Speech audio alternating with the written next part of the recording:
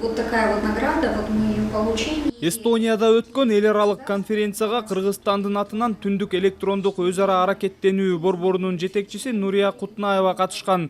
Анын айтымында иш-чарада Кыргызстандын электрондук башкаруу системасына өтүү боюнча бир жылда аткарган иштерине баа берилип, жыйынтык чыгарылган. Биздин өлкө 110 мамлекеттин ичинен суурулуп чыгып, атайын сыйлыкка ээ болду. Is the Electronic Interoperability Center of Kyrgyzstan. I kindly ask here to come Madame Nuria Kutnaeva, the Director of Center, to receive the award. Thank you very much.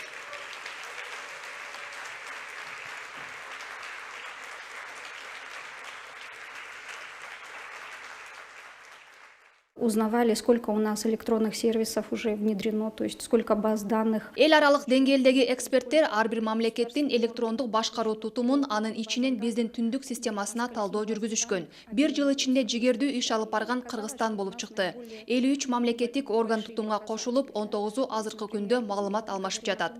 180 электрондук сервис катталып, буга чейин 400 миңден ашык маалымат алмашуу болгон. Адистердин айтымында мындай ийгилик оңой олтоң эле келе койгон жок. Электрондук тутумду ишке киргизүү өтө деле оор иш эмес.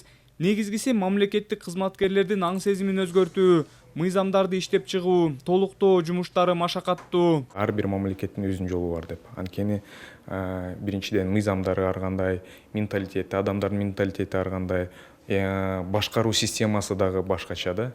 Ошого жарашыктуу ар бир мамлекет өзү иштеп чыгыш керек өзүнүн жол планын. Бирок башка мамлекеттин эл аралык тажрыйбаларын дагы алсак болот. Ошондуктан биз ушу түндүк системасын жасап баштаганда бул Эстония мамлекетинин X-Robot платформасын алып киргизгенбиз. Дүйнө жүзү боюнча Сингапур жана Эстония толук электрондук башкарууга өткөн өлкөлөр. Бул мамлекеттерде реформа 2001 жылдары башталган. Маселен, Кыргызстан Эстониянын биометрикалык паспорт берүү боюнча тажрыйбасын ишке ашырды. Мындан сырткары кагаз түрүндөгү маалым каттарды жоюу аракети уланып, 2018 жылдын жыйынтыгы жаман эмес. Натыйжада бул биринчиден оптимизацияга алып келет, коррупция менен күрөшүүгө алып келет. Жанагы биз мамлекеттик органдар справкалар талап кылат, маалымат каттарды, ошолорду дагы жоюуга алып келет да. Бири-бири менен байланыштын жоктугунан ошондой мамлекеттик кызматтар пайда дагы болуп калган да, ар кандай справкалар дагы пайда болуп калган. Эми бул автоматташтырылган түрдө кошулгандан кийин булар жоюла баштайт. 20га жакын справкалар, мамлекеттик органдар талап кылган справкалар жоюуга чыгарылат. Кыргызстанда өлкөнү санариптештирүү боюнча иш-аракеттер системалуу түрдө жүргүзүлүп келүүдө. 2018 жылдын декабрында Коопсуздук кеңешинин жыйыны өтүп, Президент Сооронбай Жээнбеков санариптик трансформациялоо боюнча тиешелүү тапшырмаларды берген.